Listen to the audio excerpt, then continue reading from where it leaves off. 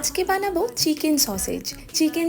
Chicken সালামি এই ধরনের খাবারগুলো খেতে আমরা সবাই ভালোবাসি। তবে বাজারে এই সমস্ত রেডিমেড যে প্রোডাক্টগুলো পাওয়া যায় সেগুলো আমাদের শরীরের জন্য খুব একটা ভালো নয়। তাই বাড়িতেই আজকে বানিয়ে নিচ্ছি। প্রথমে কয়েক টুকরো বোনলেস চিকেন নিয়েছি, ওটাকে ভালো করে পেস্ট বানিয়ে নিয়ে তার সাথে একে একে অ্যাড করেছি নুন, গোলমরিচ, সাথে দিয়েছি আদা রসুনের পেস্ট, একটা ডিম, আর অ্যাড করেছি দুটো শুকনো লঙ্কা।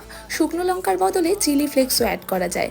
এরপর আবারও ভালো করে গ্রাইন্ড করে নিয়ে হাতের তালুতে নিয়েছি কিছুটা সাদা তেল। তারপর একে একে চিকেন সসেজের আকারে বানিয়ে নিয়েছি। এরপর অ্যালুমিনিয়াম ফয়েলের মধ্যে ভালো করে মুড়ে নিয়েছি। এরপর গরম জলে 5 থেকে 10 মিনিট ভালো করে ফুটিয়ে নিলে রেডি হয়ে যাবে বাড়িতেই এই টেস্টি চিকেন সসেজ। দেখতে এটা যেমন ভালো হয়েছে, খেতেও কিন্তু বেশ ভালো হয়েছিল। এগুলো বানিয়ে ফ্রিজে বেশ কিছুদিনের জন্য স্টোর করেও রাখা যায়।